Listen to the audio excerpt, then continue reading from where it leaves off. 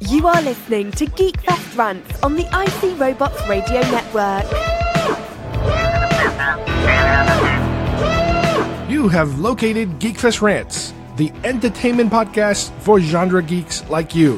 Shall we play a game? Covering the world of vintage and current film and television since 2010. Game over, man! Game over! Featuring in-depth conversations on sci-fi, horror, fantasy, comics, toys, and conventions. So say we all! So say we all! And now sit back, relax, and enjoy today's show.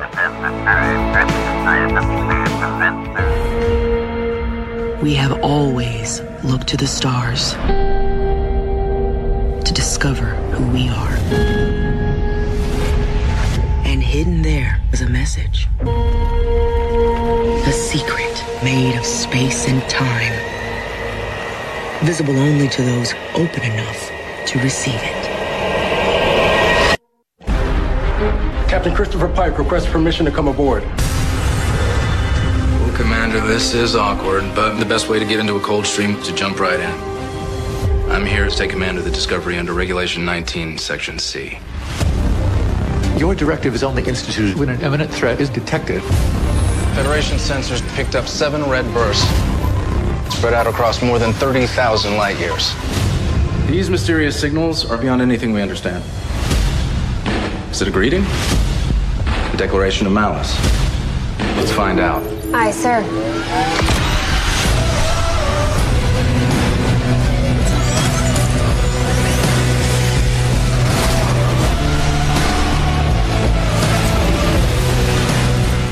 To impact. I am in total free fall. Trust us. Discovery has you. Right, ladies? Oh, yeah, absolutely. Oh, dear.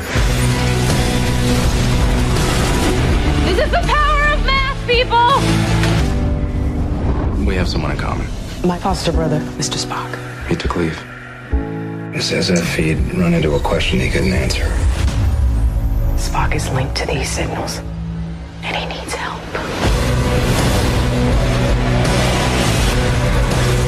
We're on a collision course with a pulsar. Oh, what a relief.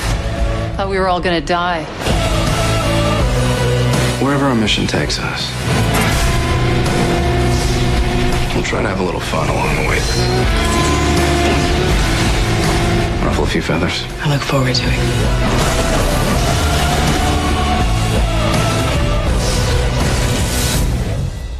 Hit it.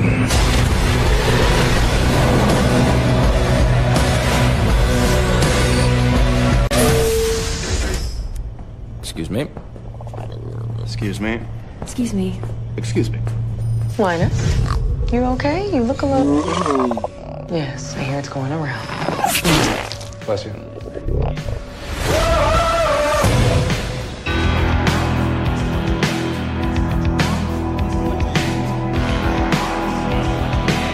Hi, everybody, and welcome once again to GeekFest Rants. My name is Carlos Perone, and today we are going to take a deep dive into Star Trek Discovery. Joining me once again, I have co-host Steve Folks, who is going to help me go through the first season of Star Trek Discovery. We're going to examine the major plot points, the new characters introduced into this show, everything from the actors to the music to the special effects to even the short treks, these new little mini episodes that have been airing lately to prepare us for season 2.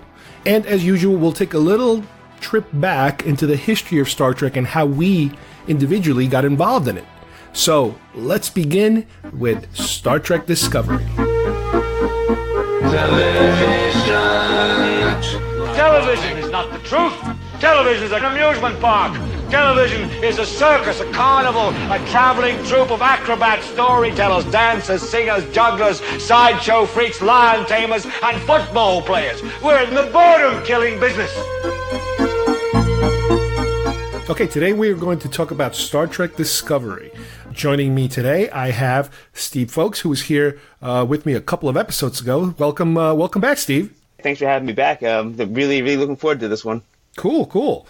Star Trek Discovery. Before we talk about what's happening right now with the show, let's start a little bit with the background in terms of, granted, this is a 50-year or even more than 50-year worth of history behind the show, and I'm sure you jumped in it at a different time than I did.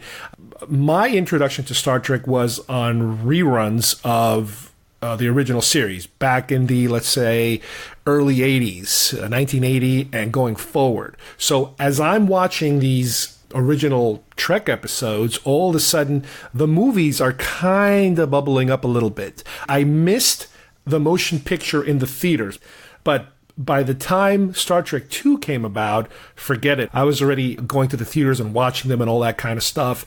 And then, I kept going with the movies. And around 80, I don't even remember, 86, 87, when all of a sudden Next Generation started. And I've told this story in the past, and I'll tell it really fast just because you're here. I was able to visit the Next Generation set a few months before they started filming. I was a part of a trip that I took to California when I was in high school, I think. I was still in high school at the time.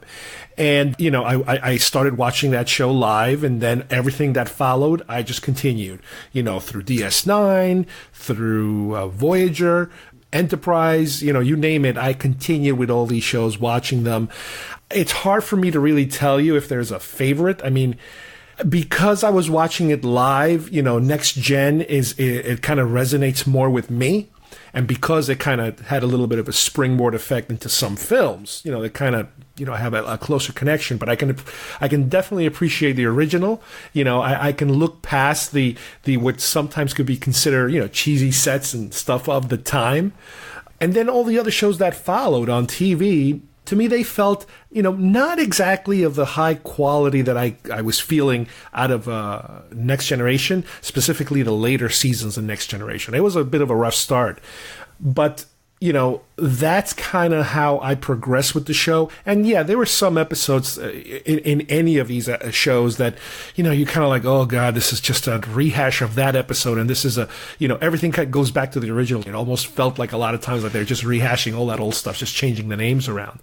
But, I still loved it. I loved the idea, the original Gene Roddenberry idea of how this futuristic utopian kind of world existed where, yes, you still had conflicts, but theoretically we were able to work out a lot of our problems and be able to focus more on space exploration.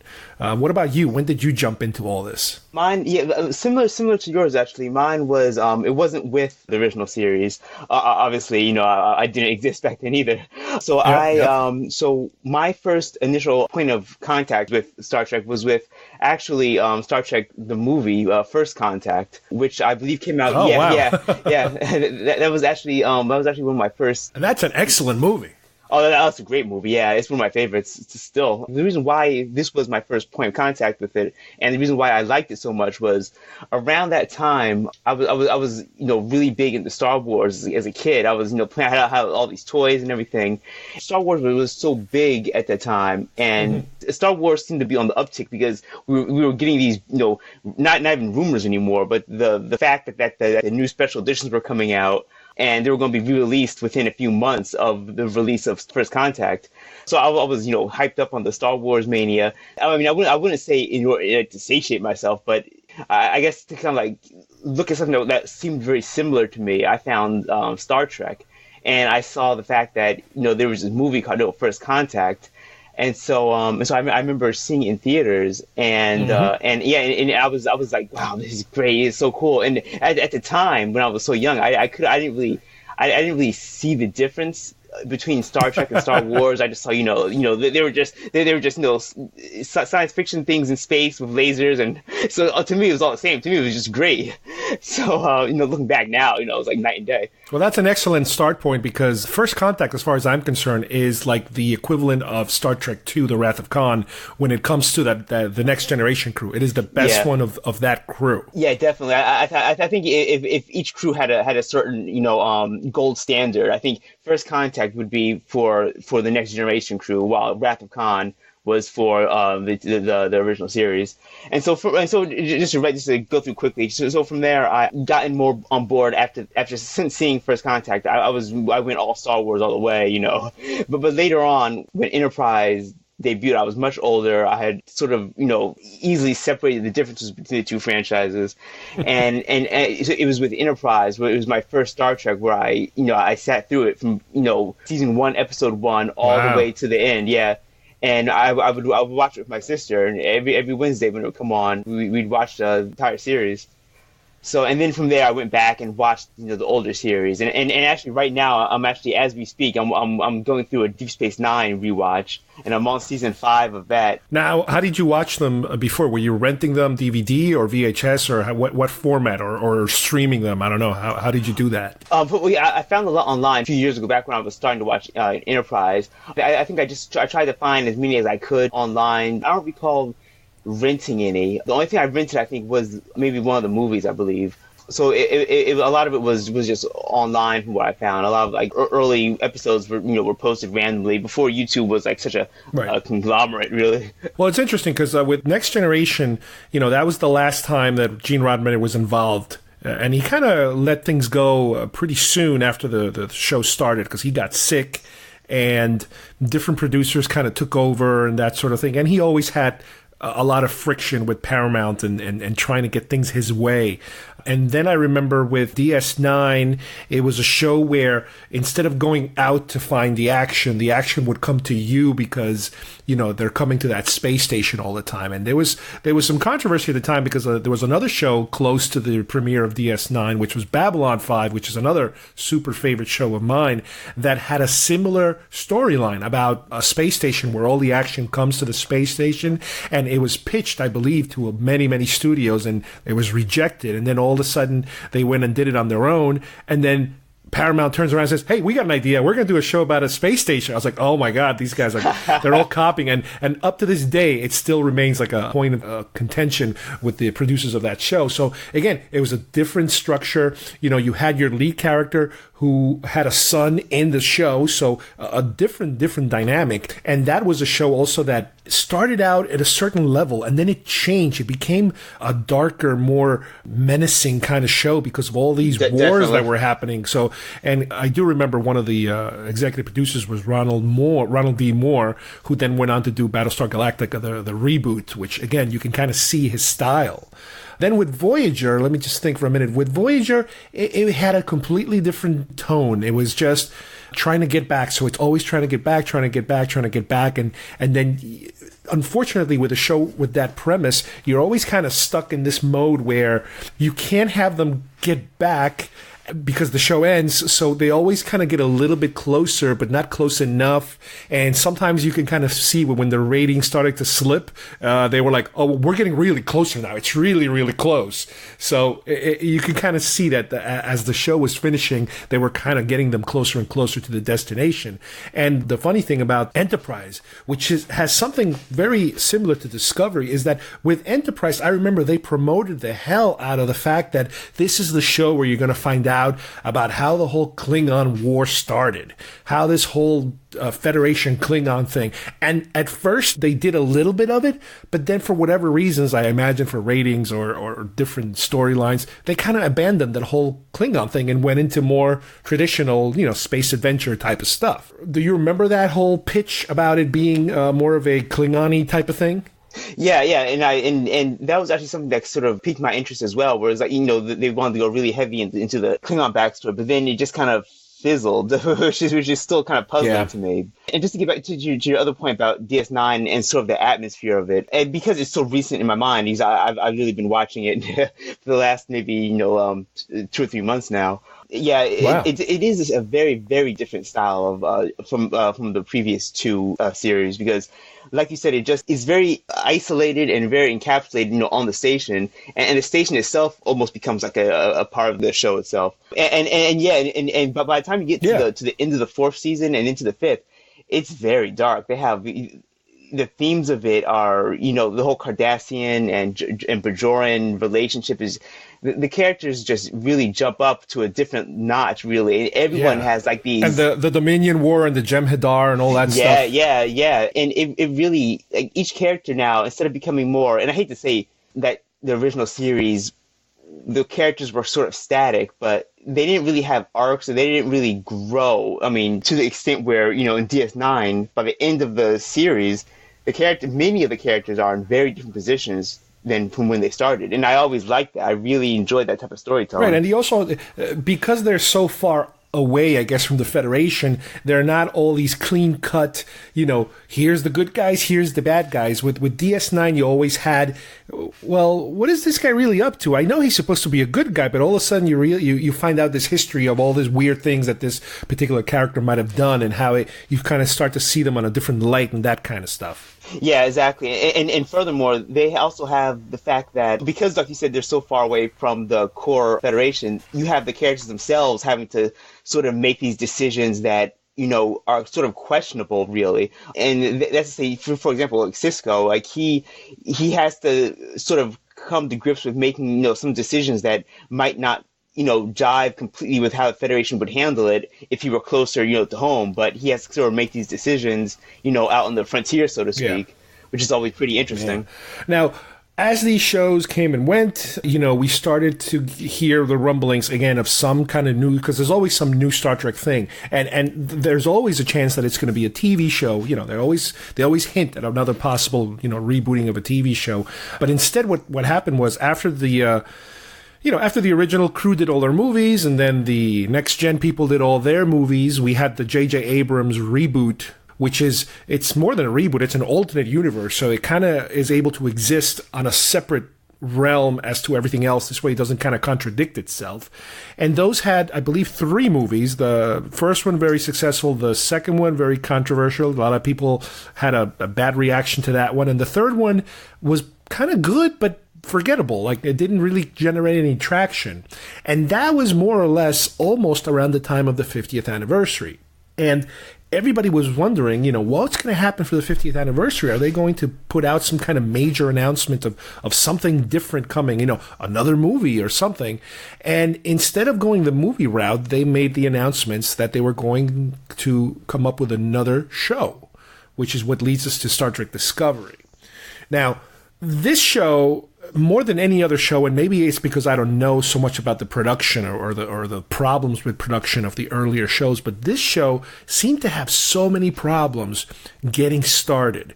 Originally, you had Brian Fuller and Alex Kurtzman as the executive producers, as the showrunners, basically. And the plan off the bat was this was going to be a CBS production that was going to be the flagship, I guess, of their new streaming service, because right now, as everybody knows, we're in a streaming madness. Everybody and their grandmother has a streaming service. So this was the way that they were going to, launch a new streaming service for CBS. And Brian Fuller, this is somebody who has the pedigree, as far as I'm concerned, having to do with Star Trek, because he was one of the people that did DS9. He did Voyager. He also did Heroes, if you guys remember Heroes in NBC. Then more recently, he did Hannibal, the Silence of the Lambs television show, which inspired television, which I absolutely loved. And he was also in the process, at the same time as he was doing Discovery, he was doing American Gods for Stars, I believe. And from what I understand, his idea for the show was a little different. He wanted to do kind of like an anthology, kind of like what American Horror Story or Fargo, these shows that are doing season-long stories, and then they do a completely different story with different people sometimes on the second season and the third season, because he wanted to be able to hop around all the different timelines of Star Trek without being, pigeonholed into one story, one continuous, timeline. And as he got the show kind of started, he started to have a lot of problems with CBS, the studio, to the point where he kind of said, all right, that's enough. We can't do this anymore. I'm going on my own. Or they either asked him to leave or he left or something like that, because he just couldn't do it, because again, at the same time, he was trying to produce another show. So they brought in a whole bunch of people. He brought in a whole bunch of people while they were having problems. And after he left, all the people he brought in to help put the show together, they were either let go or quit, which left us with Kurtzman, his original partner. Now, he also has, again, pretty good pedigree. He wrote the movie The Island for Michael Bay, some of the Transformer films, I believe, the J.J. Abrams Star Trek Into Darkness. He wrote also The Amazing Spider-Man 2, and he directed most recently, I guess you can call it a bit of a bomb, which was the Mummy with Tom Cruise. So as it stands now, Kurtzman is the only one of the original people that is involved with that show. And I remember hearing the stories about how the show kept getting delayed a little more because they needed more time and because they kept losing showrunners and that sort of thing. And at the time, they had also brought in Nicholas Meyer, the director of Star Trek II and Star Trek VI, to kind of help with the show also. And I think one of the sons of Roddenberry is also involved with the show, as an advisor or producer or whatever. They give everybody executive producer titles just to make them happy these days. But, they brought in a lot of people. And I honestly, based on the information that we were given and how the show was progressing and how it was delay after delay after delay, and the only thing you would hear is, "Oh, we're just trying to make the show the best possible." It's the regular line a studio gives you. We're trying to make things as best as possible, so you guys have a good show on your hands. I swear I was very doubtful, as to what the show was going to be like, because there was just so many. The writing on the wall wasn't very good. How about you? Did you remember hearing any of those stories? Oh yeah, I did actually. And the funny thing is, when the news of this really started breaking about how the first time it got pushed back, I didn't really have my ear to the ground, that much about it. So it wasn't until it really started to kind of snowball and pick up where I was like, well, what's going on? Because I heard they were making a Star Trek, a new series, and it was pretty exciting because I haven't had one since Enterprise. So I knew about it, but I didn't really have my eye focused on it. But until I kept hearing more and more about these delays and these setbacks, I was like, you started raising my eyebrows, like what's going on? Exactly. And the thing is, I guess back then, I guess a bit more naive. I guess I was still excited for it, and it surprised me the fact that what I thought at the time was such a big production company would have so much trouble. I mean, it would be like like Star Wars having production trouble. Imagine that. But now we're kind of used to it. And also I do want to say this though, but I think the fact that right now we hear about all this stuff about production issues and behind the scenes drama, because it's so easy to get access to this. I think if we were back in the 1960s, and I think we would have heard about a ton of behind the scenes drama just the same, even with the original Star Trek. I don't think it would have been all roses and sunshine. I agree. I would say internet. Once the internet started, forget it. The cat's out of the bag. Everybody knows everybody's dirty underwear. Exactly. Yeah, exactly. So I think some of it to a certain degree may just be overblown, and some of it might be normal production that we just aren't used to seeing, but now we're kind of you think about it, so many shows now and movies are having these production issues, but so you have to think that I'm not sure if that's something new, or the fact that we just have our eyes focused and ears focused on it, because thanks to the internet, nothing stays hidden anymore. And from the beginning, because they gave Fuller so much leeway in being able to develop the show and get it started, I don't know if from the beginning they kind of knew that they were going to, part ways, but he was able to design the show in terms of, he said, this is going to take place about 10 years before the Kirk era that we know, and it's not going to be in the Kelvin timeline. It's not going to be the J.J. Abrams timeline. It's going to be the classic, timeline that we're aware of. And off the bat, everybody understood, he was saying, it's not going to be about the captain of the show. It's going to be about somebody who's a bit lower in command than the captain. At the time, they were thinking African-American woman or maybe Latino woman. You're going to have a gay character. You're going to have a lot of aliens. So I remember around that time when they were mentioning those things, it was also the beginning of where nowadays we're hearing a lot more of the grumblings of, wait a minute, why are they doing this to my Star Trek? Why do they have to change my stuff? There was a period of that. The gatekeepers came out. Yeah, it was like, no, that's not my Star Trek. My Star Trek has to be Kirk, it's got to be a guy, and the woman's on the back, in the back row there somewhere, and I don't want to hear about any alternate characters or anything like that. No, but we kind of went through this already once, I remember. During Battlestar Galactica, the reboot, the fact that they were changing the genders of a lot of characters, people were freaking out. And then, little by little, people started to catch on to the show because it was an excellent show. here already they were having problems behind the scenes, and there were some grumblings off the bat. You can't ignore that was already happening. So let's just go through. Before we hit the actual stories, let's go through some of these characters, because like I said, it was purposely made this way. There were interviews I read with Fuller saying that, he always thought of Star Trek, if you go back to the Gene Roddenberry days, as a progressive show. It's not about going backwards in time in that manner, regressing, it's about progressing and being more inclusive and all that kind of stuff. So the actress they picked, let me see if I get her name right, Sonequa Martin Green. I only knew her from The Walking Dead because I watched The Walking Dead. Have you ever heard of her before? No, actually, surprisingly not. I mean, I was loosely familiar with The Walking Dead, but I hadn't watched it since the first two seasons. Oh, okay. So I'm assuming she came later on in the series. Oh, yeah. She was definitely later on in the series. And it's funny because it was around that time where she was announced where they kind of had to kill off her character. And it was like, I'm pretty sure they killed off her character because she wanted to hop to another show. Yeah, I remember that. Yeah. So it all happened right around the same time.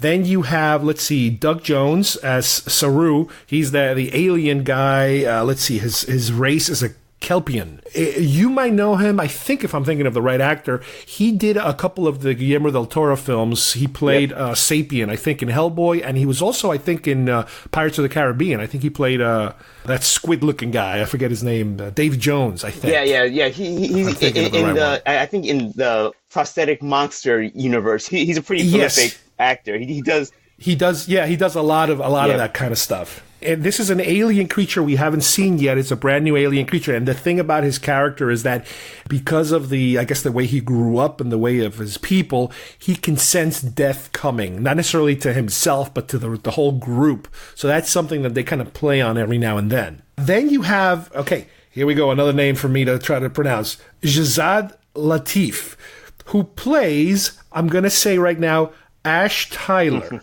He plays another character that we're going to talk about later. But all we need to know at this point is that he is going to be a prisoner of war, let's say, that they find in a Klingon detention center, and that he's brought onto the show, but he's got a mysterious past and having to do with, all the POW-related stuff that's happening in the show. I had never seen him before. How about you? I've never heard of him before. I've never heard of him before and never saw him before, which is very fitting to his character later on. Yeah. I'll tell you a quick story. I was blown away by the twist, and I did not fully understand the twist until today. As I'm researching the show, I'm like, wait a minute. Are you telling me this is this and that's that? I'm like, oh my God. I was like, I can't believe this. Like, how did I miss that? Let's see, another character here, another actor, Anthony Rapp, who plays Paul, who is the chief engineer. You always have a chief engineer. And again, a very controversial character because he is not only the first openly gay character for a television Star Trek show, because we did have something like that already. I believe it was in one of the last Star Trek films, very brief. Yeah, it's very subtle. He's also very subtle, very, like a last-minute type of addition to the movie. But he's also played by an openly gay actor, which is something that is, very important to not just represent a specific type of person, but have them played by that actual type of person, not just somebody pretending to be something. You know what I mean? So it's kind of neat how they were able to do that. And again, these are the little rumblings that some people all automatically get turned off by the show. And it's like, well, no, just watch it. See how they handle it. And that was, he's very important because of the actual technology that we're going to be dealing with in this show. It becomes very important. Then you have Mary Wiseman, who plays Tilly. Now, she is kind of like, she's described as a cadet in her final year. So I think she kind of takes the role where other shows would have been done by some kind of naive kid. That's the kind of role she plays because she's always saying the wrong thing and she's very, all over the place and, always putting her foot in her mouth. I mean, do you get that feeling? Yeah, definitely. And I think she was definitely written that way, on purpose. But surprisingly, from what I've gathered, she's become like a crowd favorite, really. Yeah, in fact, she's going to have her own book out. The character is going to be a book based on her character in February. She became really a cult favorite from Discovery. Well, I think the reason is because in a lot of these shows, the fans, again, if you look at typical geek nerd culture, your fan is not the captain of the ship. The fan is usually a kid who's watching what's happening and is not as cool as everybody else.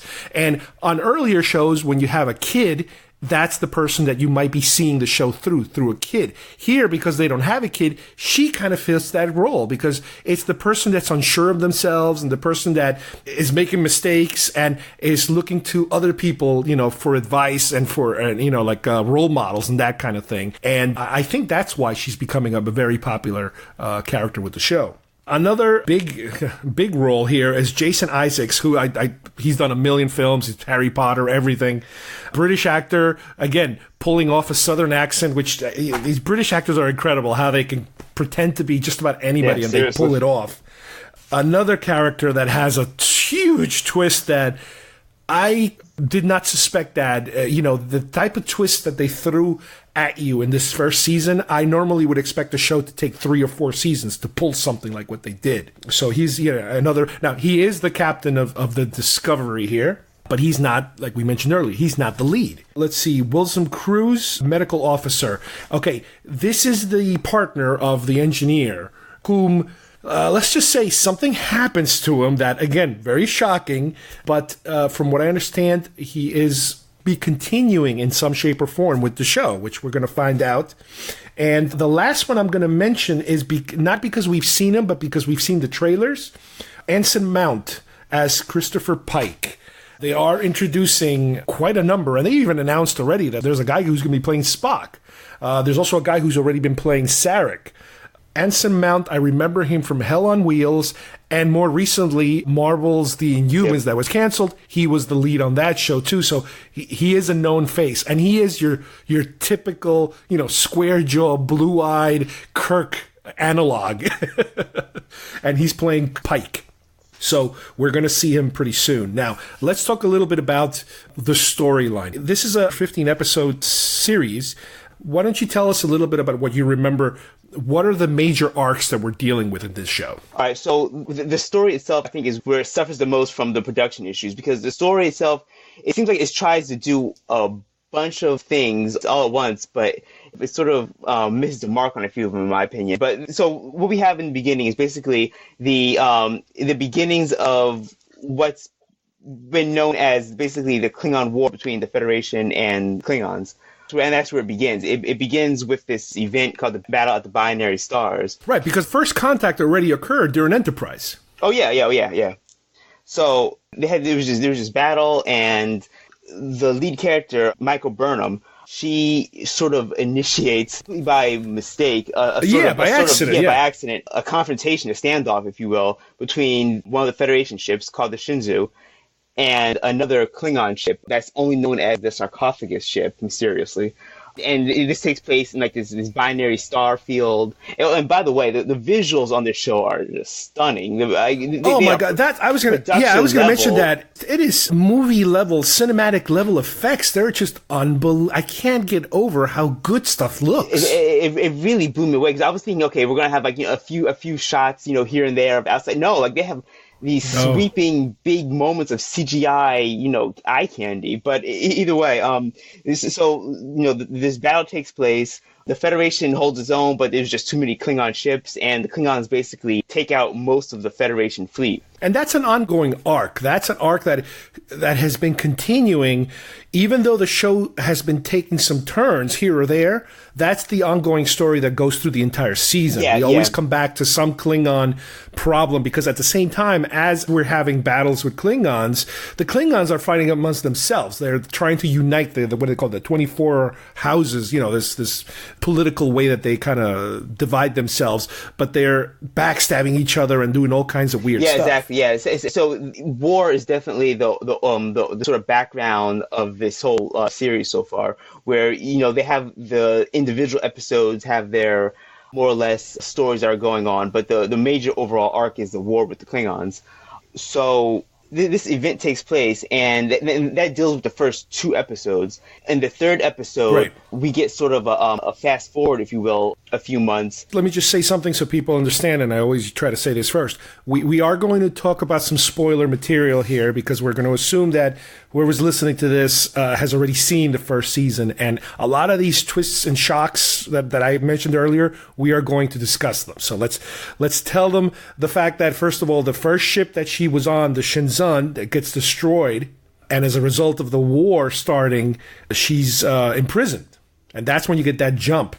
She's kind of brought back to service. She's requested by somebody. Yep, and just to dive into a little more, the reason why she's arrested is twofold, really, because she's sort of was seen as starting the war, as well as creating basically a mutiny on board with her captain on board the Shenzhou. Yeah, she sort of knocks out her captain, basically. But in the process, she also at some point is able to inflict damage on the Klingons with the captain's help, but the captain gets fatally wounded during that mission, and the captain dies. So that's the end of the captain, and she's completely devastated by what happened. Yeah, the background is that Michael Burnham has been kind of like the sort of quote unquote daughter to Captain Georgiou for quite some time. So right. And then we also find out a little more of the background of Michael Burnham, the fact that she is kind of like an adopted daughter of Saavik, also, just like he has Spock on one side, he has her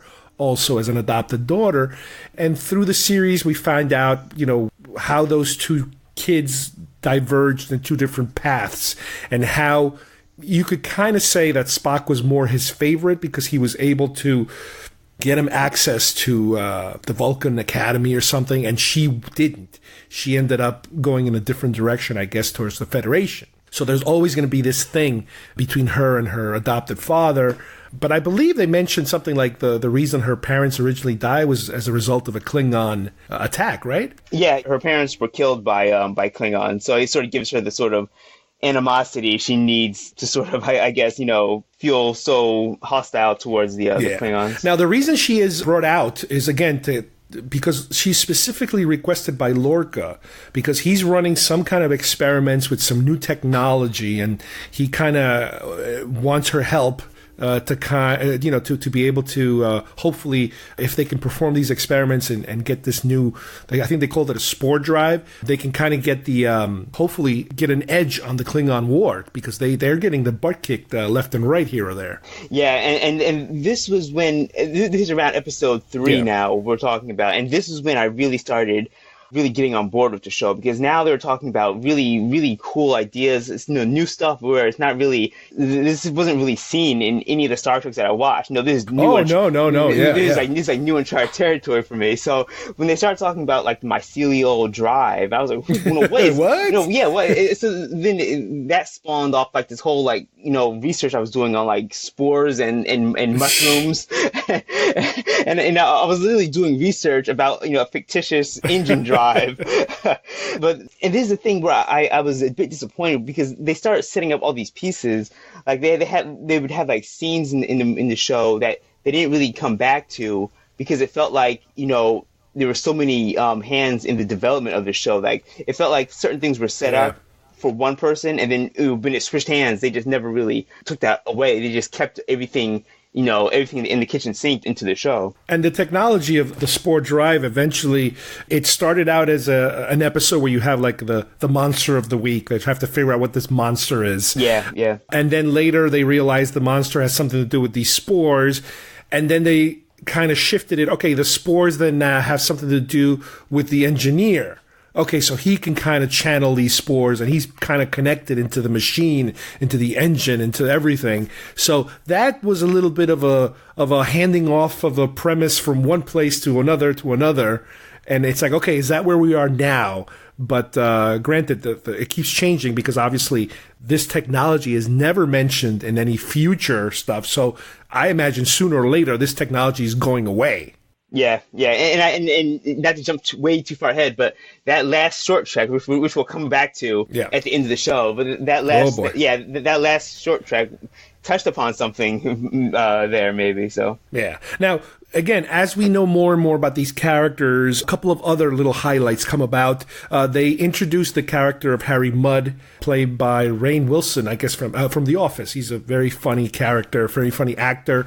I kind of liked his character. I hope they bring him back again, because he's such a dislikable slime ball, basically. And he's very essential in giving us more of the backstory and how we meet the character of Ash Tyler, who, like I said earlier, he's a POW, and he also develops a romantic interest with Burnham.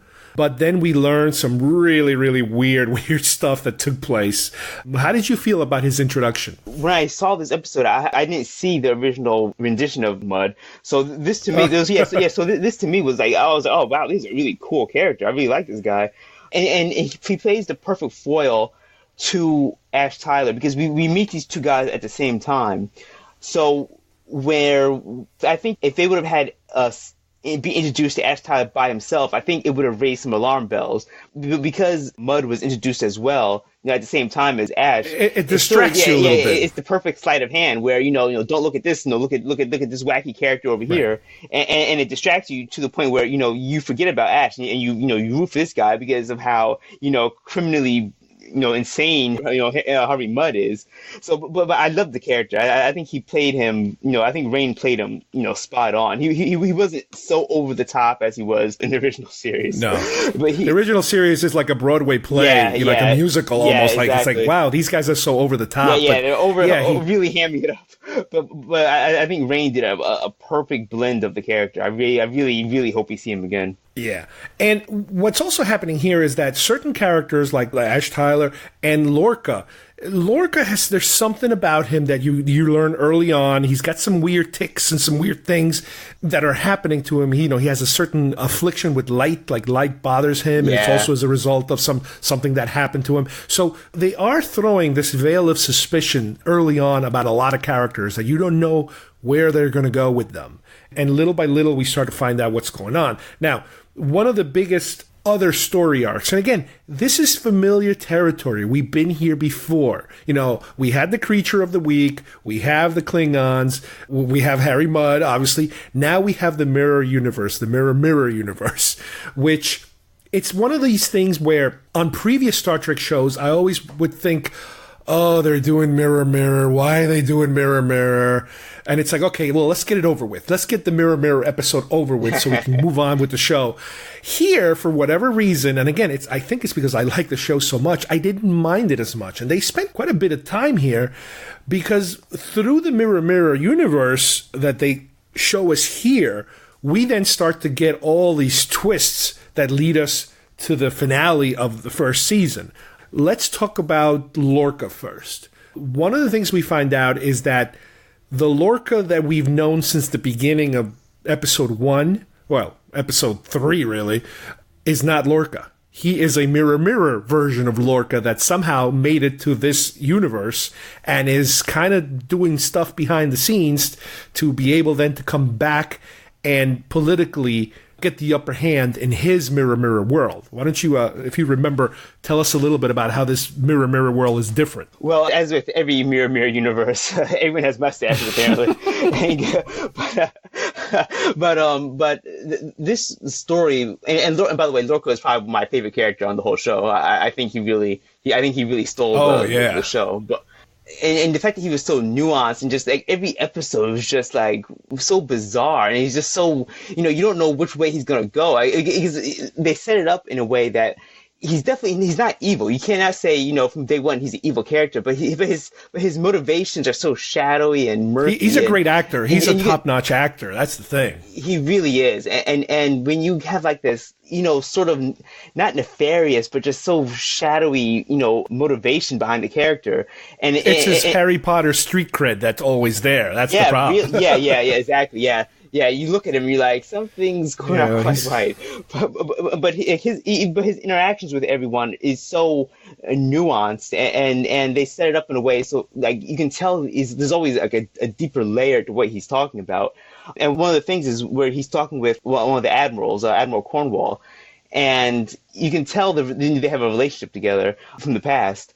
And you can tell he's not being upfront with her. You can tell he's still hiding something. Yep. And that sets up, and it sets it up perfectly where, and they have these great shots of him, looking into the reflection and, kind of really kind of, giving you the hint that something's not quite right about this character. And it's not overdone. It's not like in your face, like, oh, he's a bad guy. He's this mustache trolling, villain. But you can tell something's not quite right with him.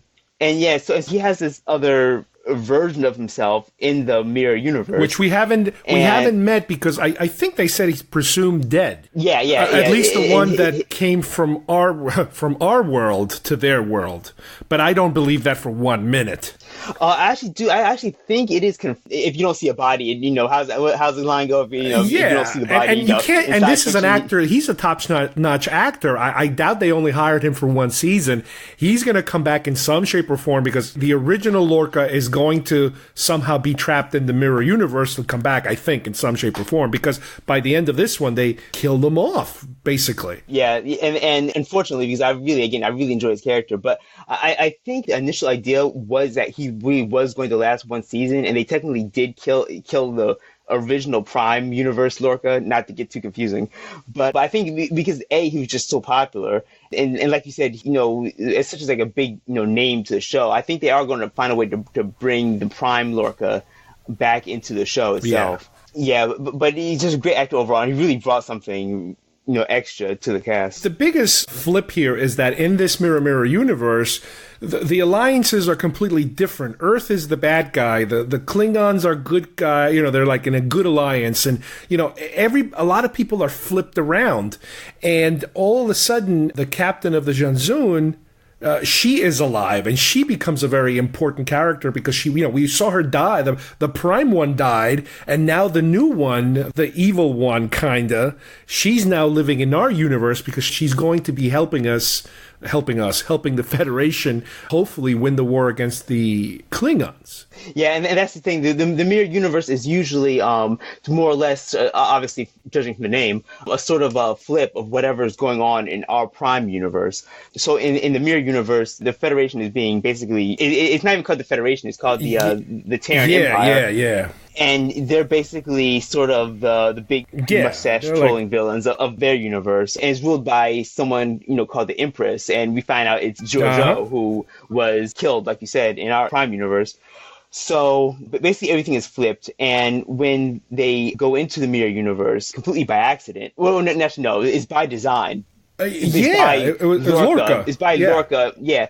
He was basically the mastermind who, through all this time, the reason why it was so hinted that he had something up his sleeve is because he wanted to get back to his universe, which is the mirror universe. Correct. So he very, very cleverly manipulates these turn of events that basically gets the Discovery to basically jump into the mirror universe. And from there, he wants to then meet up with, basically reclaim what he was pulled away from in the mirror universe. Exactly.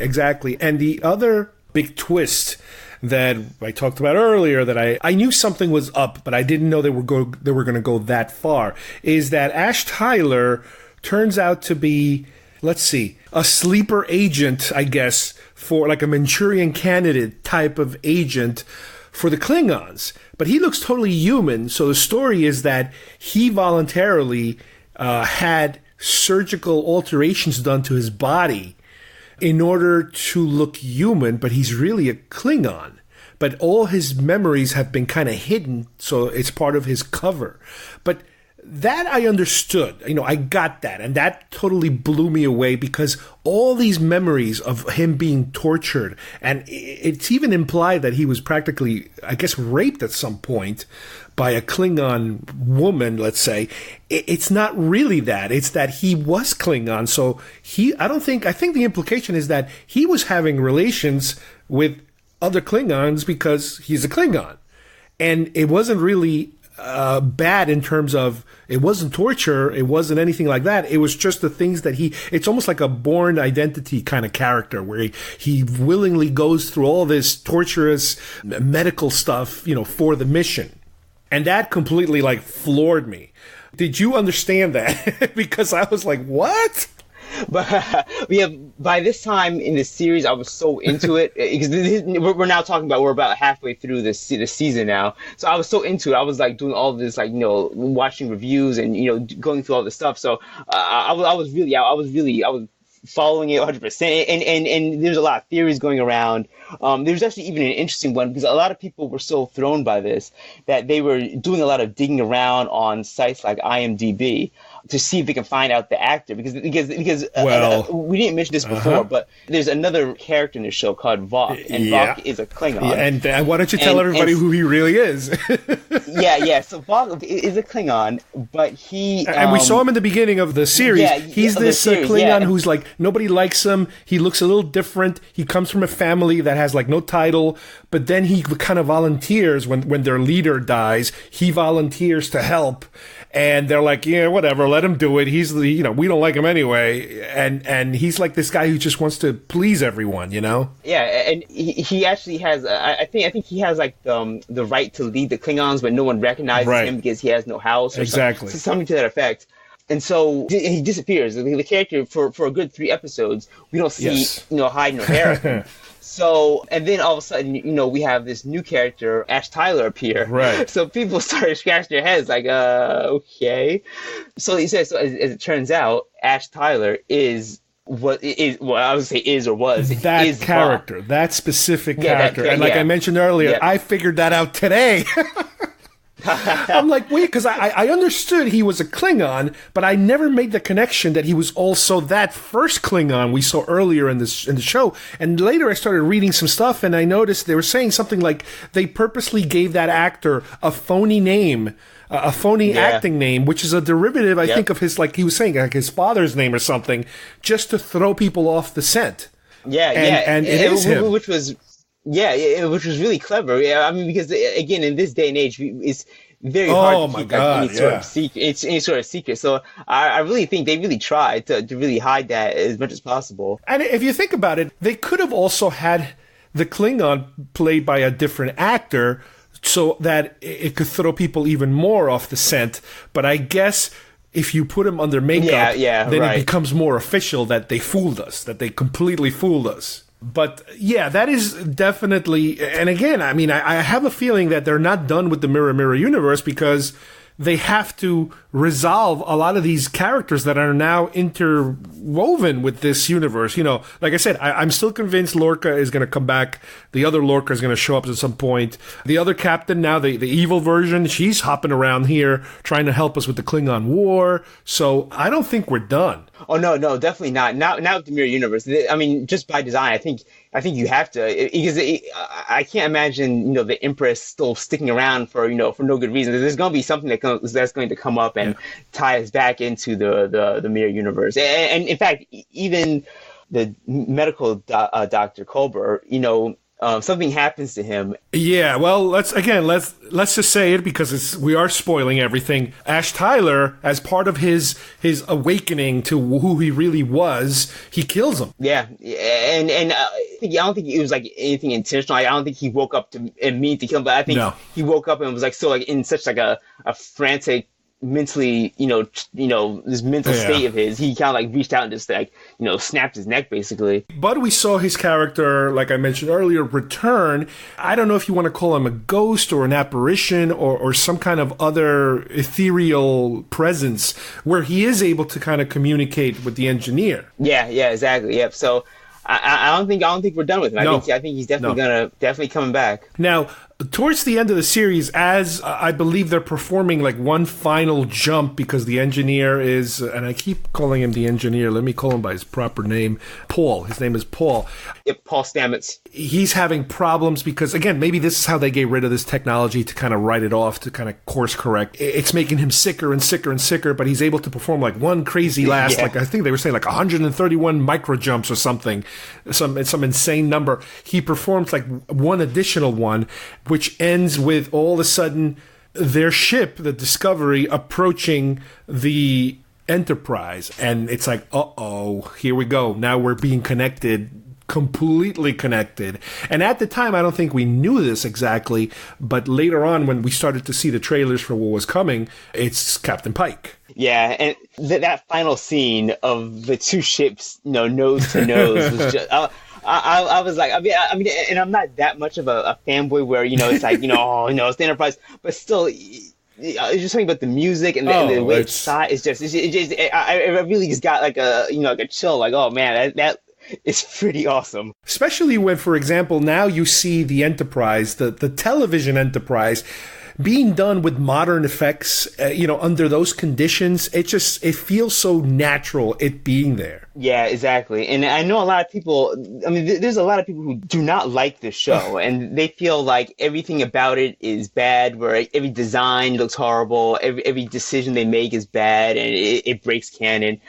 You cannot make it, and I'm not going off on a tangent here, but you cannot make a show like this with this production, style, make it look like a 1960s, TV set anymore. You can't. No! But they could never do that. Even with Enterprise, people were saying, "Well, how come the walls don't look solid with just big blinking buttons?" You can't. Nobody's going to watch something, with plywood sets. They need something. You got to do something more modern. Even with the J.J. Abrams films, again, same argument. Well, everything looks too modern. Everything looks too shiny. It's like, well, yeah, exactly. and it's not as if the aesthetic is so, jarring where it doesn't look anything like Star Trek. I'm looking at the Enterprise and it looks like the Enterprise. It's a very iconic ship, and they kept true to it, very, very closely.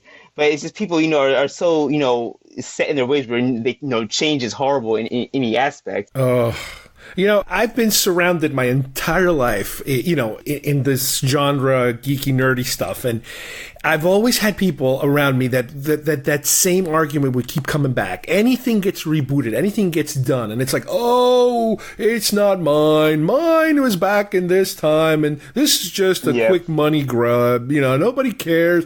I'm like, will you please just watch the show for 5 minutes before you tell me how much you hate it? And it's happened a few times where, again, with Battlestar Galactica, I had people that were bitching and moaning left and right. Oh, how could Starbuck be a woman? What kind of crap is that? And then they watch the show and they love it. It's like, oh my god. Yeah. Well, the thing is, you have to watch it with an open mind. You can't go into it wanting to not hate it, because then that opens up a whole nother argument where they just pick it apart and and just try to find flaws in it. But. Yeah. Now, luckily, Star Trek hasn't gone through the more current toxic fandom phenomenon that I've been seeing with like Star Wars, for example, or some major franchises. But so far, so good. Like I said, we've seen the trailers for what's coming next season. The uniforms, we're going to start to see the colors, the reds and the yellows and the blues. So that's exciting as far as I'm concerned. Anytime here's a perfect example where, you can't look exactly like 1960s, but the color palettes are starting to blend a little more towards in that direction. So that's kind of neat too. Yeah. In fact, right when I saw the trailer, I saw Pike in his, the bright yellow. I was like, okay, like this is good.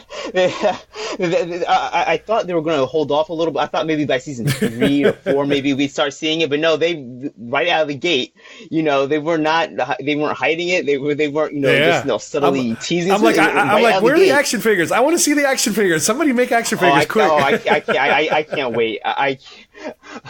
I'm still hoping they put out some sort of like, more official Enterprise figures, Star Wars gets all the good figures. Star Trek we never get really good quality Star Trek figures. They've changed hands to different companies so many times that it's like it's almost like they can never finish what they started because they switch companies and then they got to start from scratch all over again. Yeah. The other thing I want to mention about the show, I love the music. I love the theme. One of the things I completely hated about Enterprise, and I don't know if you feel the same way. I'm sorry. I know is that opening going. theme? I absolutely hated it. I know exactly where you're going. And I'm really glad you brought this up because I was going to mention this actually. It was like the theme from The Greatest American Hero almost. Yeah, it was like, what is this, 1970?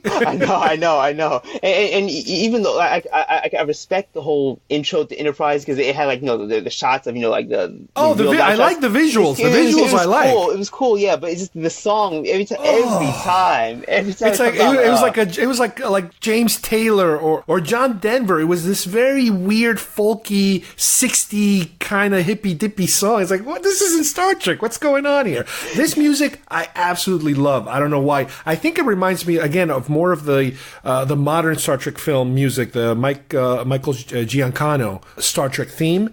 But even the music during the show, you mentioned the special effects.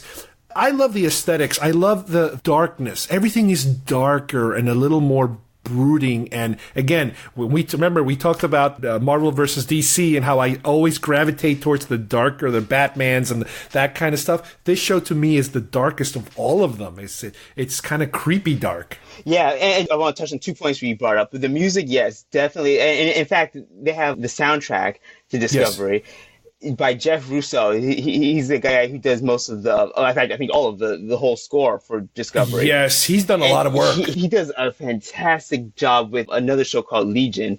And the music in Legion is just amazing. Like he does all these like renditions of like different songs, like different like 60s and 70s like pop culture songs, and just like he does like synth, like a lot of like synth pop kind of stuff. Like very 70s electronica kind of weird sounding music. Yeah, I love his work so much. And Discovery is the same thing where there's no lyrics or anything, but the musical overtones of like blending the classic Star Trek themes with these new, very sci-fi feeling, but very Pulp Fiction type feeling to it. It's really, really fantastic.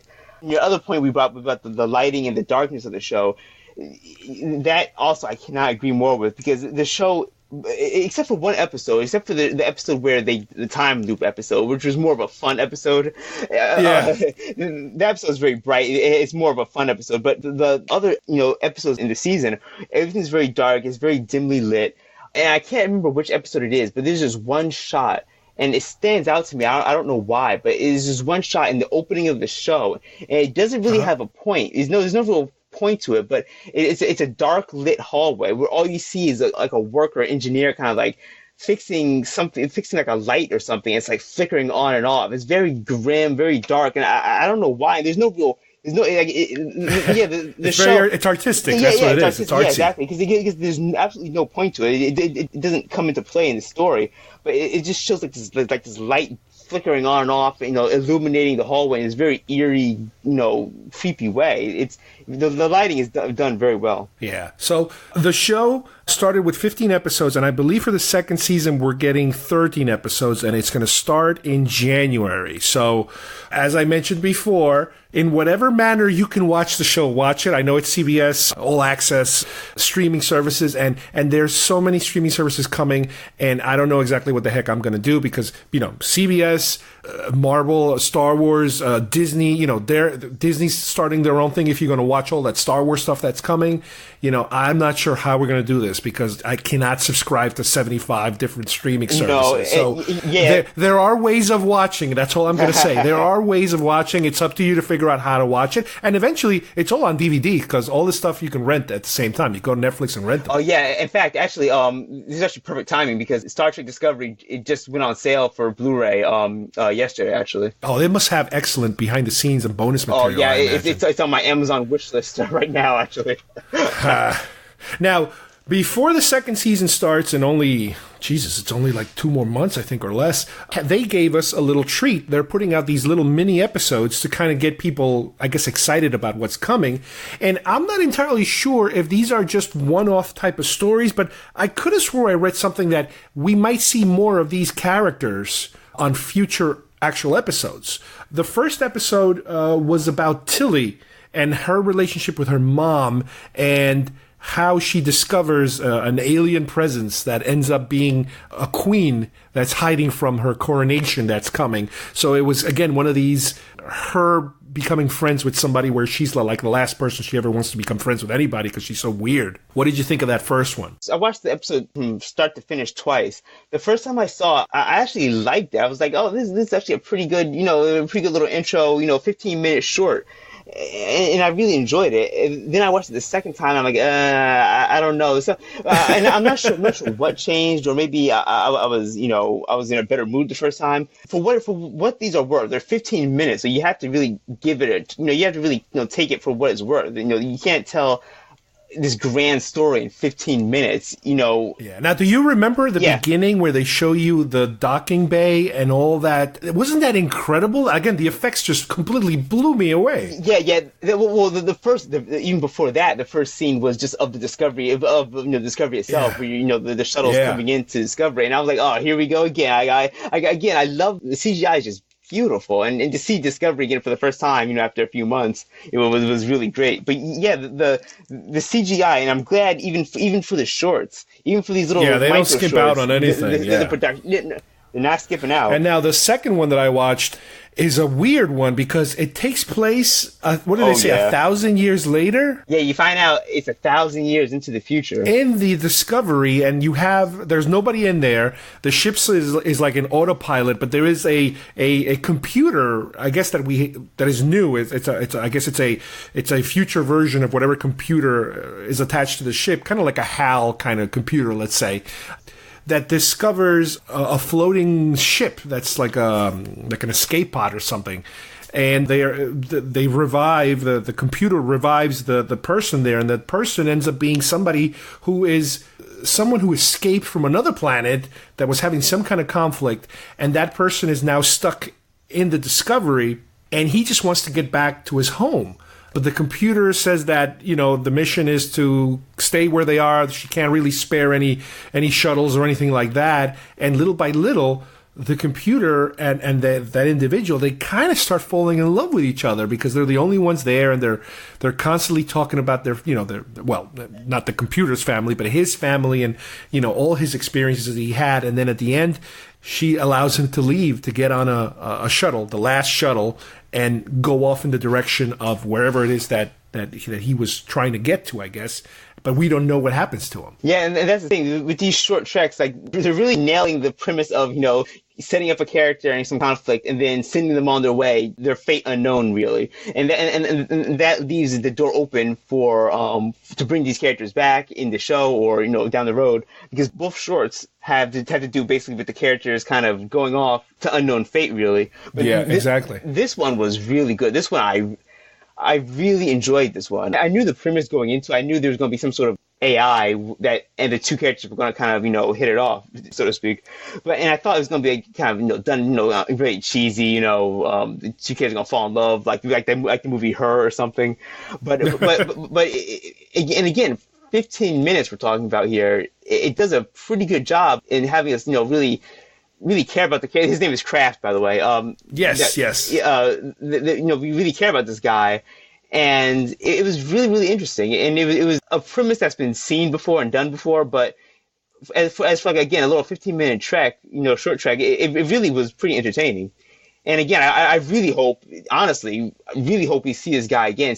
I don't think it'd be possible to bring him back into Discovery Season 2, but down the road, I really hope we see a return of him. Yeah, according to an article I see here, the shorts will also introduce audiences to new characters who may inhabit the larger world of Star Trek. So we might see these guys again. And according to this, one was directed by Rainn Wilson, who also reprises his role from Discovery as Harry Mudd. So the fourth one might be a Harry Mudd related episode, because I think we've kind of seen a preview. Right. The next one is Doug Jones. Is Saru's something to do with Saru's family or his upbringing in his planet or something. So I guess those are the next two. Yeah, that's right. Yeah. Now that you mentioned, I can slip my mind before. Yeah, that's right. The last one is going to be a Harry Mudd story. I'm not sure if it's going to be. I don't know if it's going to be a continuation from where we leave him, or it's going to be more of a background. But it's interesting. He's also directing that particular episode. And like I said, the next one is the backstory of how the Kelpian joined Starfleet. So that's interesting. It's interesting. They don't devote an entire episode, but they do these little shorts. This is fun. You know what? I'll take it. I don't care. I love it. I'll take it all. Yeah, people are complaining like it's a 15-minute little episode where you can kind of whet your appetite until the bigger season comes out. Like I'm not seeing what's bad about these. I mean, the story isn't going to be Shakespeare or anything, but as for a 15-minute show, it gives you little nuggets to chew on, basically. Yeah, and the thing that we also have to keep in mind is the fact that we're we're in a different world now. We're in the streaming world. In the streaming world, you don't have 26 episodes anymore. No. That is gone. Even the network shows are trying to get away from that too, to save money and to just not to dilute the stories with filler episodes and that kind of thing.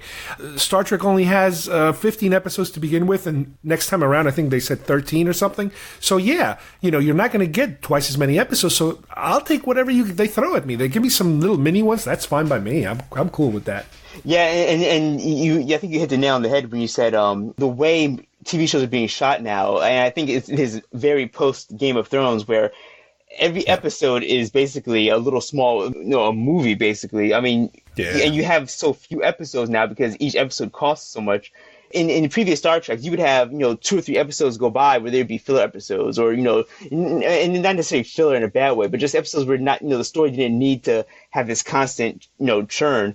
You contrast that with Discovery, and Discovery, every episode it means something. Like if you miss one episode, you're gonna be lost because every episode is vital to the story. Right, and these episodes are, like you said, just like Game of Thrones. They're pretty expensive episodes. There is an article here that mentions that the money that they made just from Netflix, because Netflix has the international rights to distribute the show, not CBS. The streaming service is only national, for the U.S.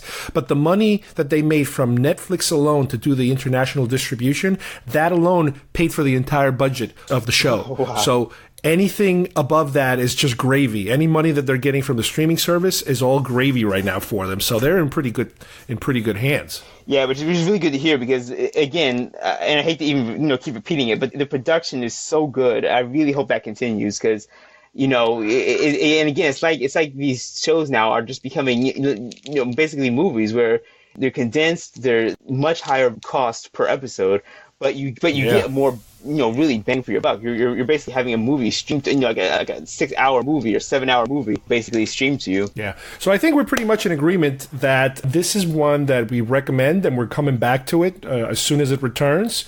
And in the meantime, we have 2 more of these little short ones to watch. So thanks, Steve. Hey, thanks for having me back. I enjoyed it. We definitely got to continue this. Maybe mid-season of Discovery Season 2, we can get together and do a mid-season recap. Sounds like a plan. Thank you.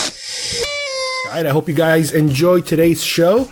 I'd like to thank Steve for joining me once again, helping me with one of these genre subjects that we all love. And hopefully we will have some more news about more Star Trek. We're almost there. We're almost at the Season 2 premiere, and only another month and a half. And we have a couple more short treks to go through before we get there. So on behalf of everybody here, thanks for listening, and we'll see you here soon at GeekFest Rants. Bye-bye, everybody.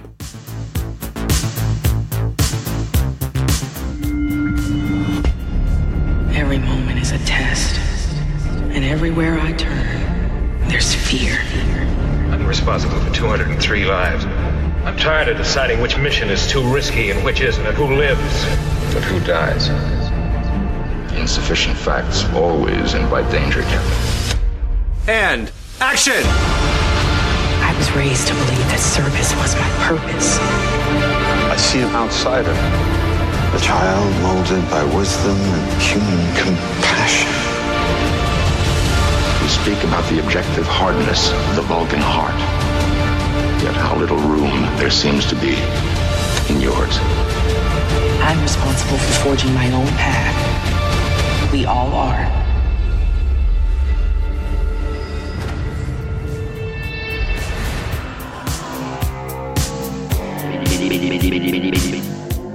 If you would like to subscribe to our show, send us messages, or see video links to some of the topics we talked about today, please visit our homepage at geekfestrants.com or our YouTube channel, Facebook page, or iTunes at GeekFest Rants. I don't know what we're yelling about! GeekFest Rants is produced by Carlos Perón, copyright 2018.